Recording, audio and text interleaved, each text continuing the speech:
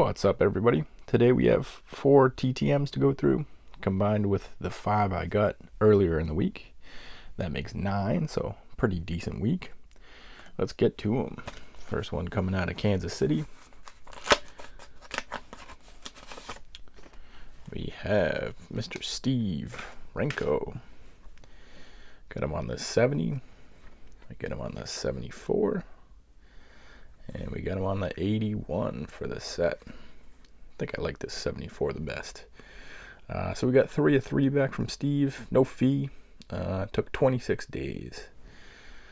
Steve played from 69 to 83 for 7 different teams. Most years in Montreal, but 2 seasons for my Red Sox.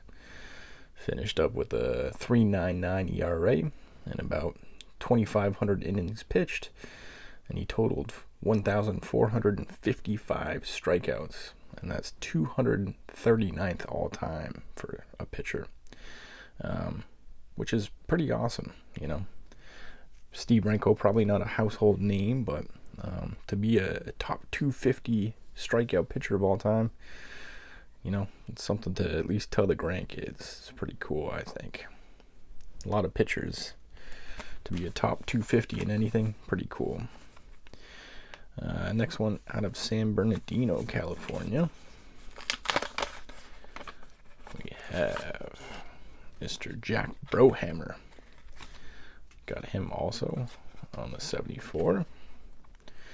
Pretty cool looking card, I think. We got him on the 78,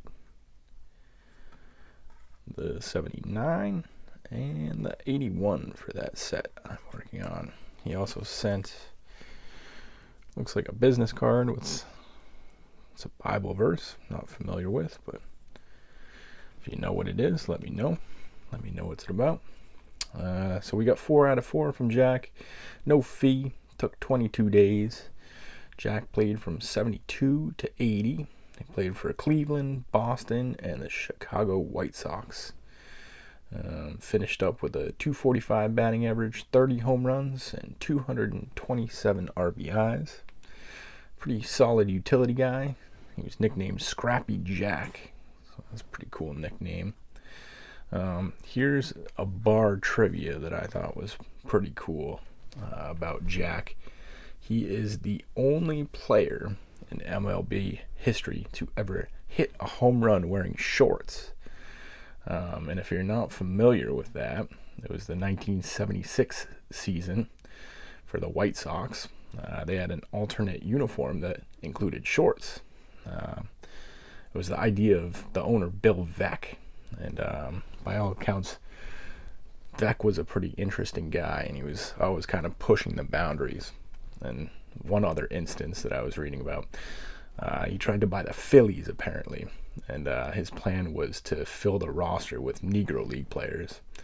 And that was like 5 years before Jackie Robinson broke the color barrier. So he was blocked from doing so, but pretty interesting guy, I would say. So I like this 81. I think that's a pretty cool looking card. Next we got out of LA.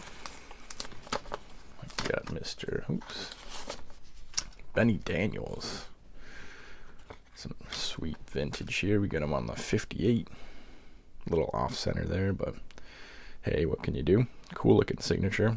I always kind of like it when players pick the sweet spot of the card. Got him on this cool Sporting News. Rough condition too, but thought that was a neat card. And we got him on this 60, another set that I'm slowly working on. So I like that one the best, I think. Daniels, we got 3 of 3 from him. No fee. Let me see if I can straighten these out. Make some room for Daniels. Took 25 days to get Daniels back. He played from 57 to 65. He was a pitcher for Washington and Pittsburgh. Had a career 4.44 ERA. Finished up with 471 strikeouts and about 1,000 innings pitched. 3 shy, 997. Fun fact, he started the last game ever played at Ebbets Field. So, kind of fun fact there. Happy to get that back for the top 60 set. Last one today, out of Provo, Utah. So I've never got this before. Postage due 20 cents. I'm not even sure what would happen there. I'm guessing it was overweight or maybe too thick, but got delivered to my house anyways. So this was an interesting one all around because I've never got that, and I did not send this to Vance Law. So I'll explain. So I sent this one to Vance Law. Let me show you what I got back. Got the 81, pretty cool. Got the 85, really like his signature. Got him on the 87, and the 89. I'm going to save the last one, so let's quickly talk about Vance. Got the 5 out of 5. I'll show you the last one. No fee. Took 16 days, so a pretty quick one. He played from 1980 to 91. Played for 6 different teams. Utility guy, but most of his games were spent at third.